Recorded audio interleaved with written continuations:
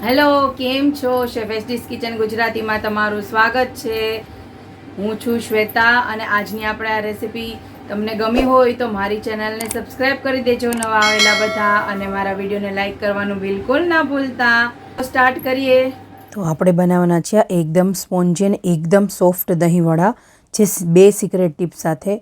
જુઓ કેટલા સોફ્ટ બન્યા છે આપણા દહીંવડા ઘરે, અને તમે પહેલી વારમાં જ તમારે પરફેક્ટ દહીંવડા ઘરે બની જશે એવી સરસ ટ્રીક સાથે, અને ખૂબ જ સરસ અને ખૂબ જ સરળ રીતે. જુઓ કેટલા સરસ, હું પ્રેસ કરું છું તો પણ એકદમ આખું સ્પોન્જ થઈ જાય છે, અને એકદમ સરળ રીતના હું બનાવતા શીખડાવીશ. અને આ હોળીના તહેવારમાં પણ તમે સરસ રીતના બનાવી શકો ને જલ્દીથી જલ્દી રીતના તમે દહીંવડા તૈયાર કરી શકો. તો ચાલો જોઈ લઈએ આપણે એના માટે શું શું લઈ લેવાનું છે અહીંયા. તો અહીંયા મેં 1 કપ અડદની દાળ લીધેલી હતી. ફક્ત હું અડદની દાળથી જ અહીંયા દહીંવડા બનાવવાની છું. અને આવી રીતના પ્રેસ કરીને જોઈ લેવાનું સરસ પલળી ગઈ છે કે નહીં. તો આખી રાત આપણે પલાળવા મૂકી દીધી હતી, તો પલળી ગઈ છે સરસ આપણી અડદની દાળ. હવે આપણે એને પીસી લેવાની છે મિક્સર જારમાં. તો સરસ મજાની પીસાઈ જાય તો હું તમને અહીંયા એક સિક્રેટ ટીપ કહું. આપણે એને ફેટવા બેટવાની નથી. એમાં શું ઉમેરવાનું છે, આપણે થોડી એવી છાશ ઉમેરવાની છે.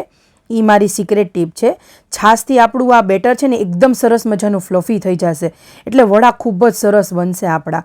એટલે પાછું એક વખત થોડી છાશ ઉમેરી અને મિક્સરમાં સરસ મજાનું ફેટી લેવાનું. જુઓ કેટલું સરસ આપણું એનું બેટર કહીએ આપણે, એ વડાનું દહીંવડાનું બેટર ખૂબ જ સરસ તૈયાર થઈ ગયું.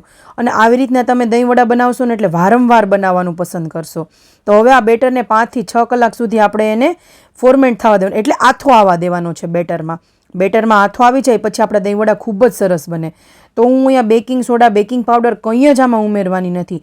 ફક્ત ને ફક્ત મીઠું ચેક ઉમેરવાનું છું. અને આપણા બેટર 6 કલાક પછી જુઓ ખૂબ જ સરસ આપણો આથો આવી ગયો છે બેટરમાં. હવે આપણે ખાલી થોડું મીઠું ઉમેરી દઈશું એમાં, અને મસ્ત મિક્સ કરી દઈશું મીઠું ઉમેરીને. અને હું તમને હમણાં ઉમેરતા બતાવું છું બેટર કેટલું સરસ આપણું સ્પોન્જ થઈ ગયું છે, અને એકદમ એમાં જાળી પડે છે જુઓ બેટરમાં. એટલે આપણા દહીંવડા ખૂબ જ સરસ બનશે. તો આપણી એક સિક્રેટ ટીપ એ છે કે આપણે અડદની દાળમાં ફેટવામાં થોડી એવી છાશ ઉમેરવાની છે.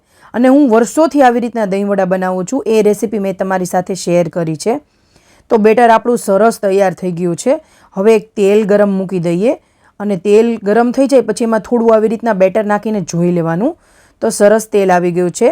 અને બીજી અહીંયા સિક્રેટ ટીપ એ છે કે આપણે વડાને છે ને એકદમ ધીમા તાપે, એટલે કે ધીમા ગેસે તળવાના, ફાસ્ટ ગેસે નહીં તળવાના. ફાસ્ટ ગેસે એકદમ તળશો ને તો વડા ઉપરથી ગોલ્ડન થઈ જશે પણ અંદરથી કાચા લાગે છે ઘણી વખત.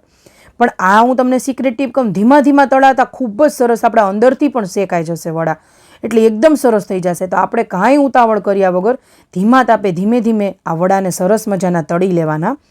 તો જુઓ આવા ગોલ્ડન બ્રાઉન થઈ જાય એટલે કે સોનેરી રંગના થઈ જાય વડા. પછી એક આખો મેં મોટો બાઉલ ભરેલો છે પાણીનો, એમાં ડાયરેક્ટ વડાને પાણીની અંદર નાખી દેવાના છે. તો આપણા વડા થઈ જાય બરાબર, ત્યાં સુધી આપણે દહીંની તૈયારી કરી લઈએ. મીઠું દહીં બનાવવા જોશે દહીંવડાનું. તો આપણે આ મેં ઘરે જ મેળવેલું છે 1 તપેલી દહીં, અને ખૂબ જ સરસ મળ્યું હતું ને એકદમ મોળું દહીં છે, ખાટું નથી બરાબર. હવે એમાં આપણે ઉમેરી દઈશું થોડું મીઠું, અડધી ચમચી જેટલું મીઠું ઉમેરી દઈશ. અને ખાંડ તમે તમારા સ્વાદ પ્રમાણે નાખી શકો. મેં અહીંયા 5 મોટી ચમચી જેટલી ખાંડ ઉમેરેલી છે. તમે તમારા સ્વાદ પ્રમાણે ગળ્યું વધારે ભાવતું હોય તો તમે વધારે ઉમેરી શકો. અને સારી રીતના એ ખાંડ ઉમેરી અને આપણે આ ખાંડને મિક્સ કરી દેવાની છે. અને મિક્સ કરી નાખશો એટલે આપણું દહીં એકદમ સરસ મજાનું તૈયાર થઈ જશે, દહીંવડાનું ઠંડુ. અને આ મેં ફ્રીજમાં રાખેલું દહીં હતું એટલે ખૂબ જ ઠંડુ ને ખૂબ જ સરસ છે. દહીંવડા હંમેશા ઠંડા જ સર્વ કરવાય, ઠંડા ખૂબ જ સરસ લાગે છે. તો આવી રીતના સારી રીતના ફેટી લઈએ આપણે દહીંને, એટલે ખાંડ સરસ રીતના ભળી જાય. તો આપણું દહીં એકદમથી જુઓ તૈયાર છે દહીંવડાનું. તો હવે આપણે વડા જોઈ લઈએ. તો આપણે પાણીમાં નાખેલા હતા વડા, 20-25 મિનિટ જેટલા પાણીમાં રહેવા દેવાના. પછી જુઓ આવી રીતના હું આમ પાણી સ્પોન્જ કરું છું તો આખું વડું સ્પોન્જ થાય, એટલા સરસ દહીંવડા આપણા બન્યા છે. એકદમથી આમ બહુ પ્રેસ નહીં કરવાનું, થોડું પ્રેસ કરીને પાણી કાઢી લેવાનું. જુઓ કેટલા સરસ અને સ્પોન્જી દહીંવડા બન્યા છે આપણા. વડા ખૂબ જ સરસ તૈયાર થયા છે ને એકદમ ઘરે બનાવવા સહેલા દહીંવડા. તો શેફ એસડીઝ કિચન ગુજરાતીને સબસ્ક્રાઈબ કરી નાખજો આવી નવી નવીને સરસ રેસીપી સાથે. અને રેસીપી ગમે તો વિડીયોને લાઇક અને શેર કરવાનું બિલકુલ ના ભૂલતા. તો જુઓ આપણા વડા એકદમ તૈયાર થઈ ગયા છે. હવે આપણે શું કરશું, વડાને સર્વ કરી લઈશું પ્લેટમાં.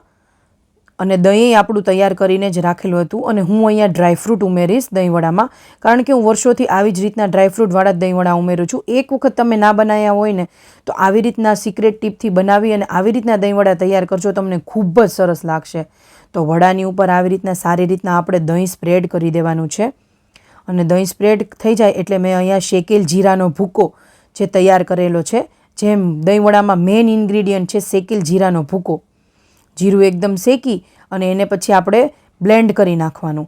અને થોડુંક લાલ મરચું ઉમેરી દઉં છું. અને ડ્રાયફ્રૂટમાં મેં અહીંયા કિશમિશ ઉમેરેલી છે અને કાજુ ઉમેરેલા છે. અને આ હોળીની સિઝનમાં તમે આ દહીંવડા બનાવશો તો ખૂબ જ સરસ લાગશે ને બધાને ખૂબ જ ઘરમાં ભાવશે, એ મારી ગેરંટી છે. આવી રીતના તમે એક વખત બિલકુલથી ટ્રાય કરજો. અને લાલ મરચું થોડું ઉમેરી દીધેલું છે અને થોડી ધાણા ભાજી આપણે ઉમેરી દઈશું. બજાર કરતાં પણ સરસ આપણા ઘરના એવા સરસ મજાના દહીંવડા બનીને તૈયાર છે, જે સ્વાદમાં બહુ જ સરસ લાગતા હતા. તો એકદમથી આપણા તૈયાર છે. પહેલી જ વખતમાં તમારા દહીંવડા ખૂબ જ સરસ બનશે. અને આપણે બજારમાં મળે એ રીતના થોડીક સેવ ઉમેરી દઈએ. અને અહીંયા મીઠી ચટણી પણ મેં બનાવેલી છે, આંબલીની ચટણી, તો એ પણ થોડીક ઉમેરી દઈએ. તો સેમ બજાર કરતાં પણ સરસ, ખૂબ જ સરસ દહીંવડા આપણા ઘરે બનીને તૈયાર છે. એકદમ સરળ રીતના મેં તમને બનાવતા શીખડાવ્યા અને ઓછાના ઓછા સમયમાં આ તમારા દહીંવડા બનીને તૈયાર થઈ જશે. તો આવી મારી ચેનલને સબસ્ક્રાઈબ કરી દેજો આવી અવનવી વાનગીઓ જોવા માટે, કારણ કે હું આવી અવનવી વાનગીઓ મારી આ ચેનલ પર મૂકતી જ રહું છું. તો આપણે એક વખતમાં ચમચી નાખીએ તો એટલું સ્પોન્જી છે કે તૂટી જાય છે. તો દહીંવડા એકદમથી આપણા બનીને તૈયાર છે. દહીંવડા બનાવીને બધાને ખવડાવો અને મળીએ નવી રેસીપી સાથે. આવજો. આભાર.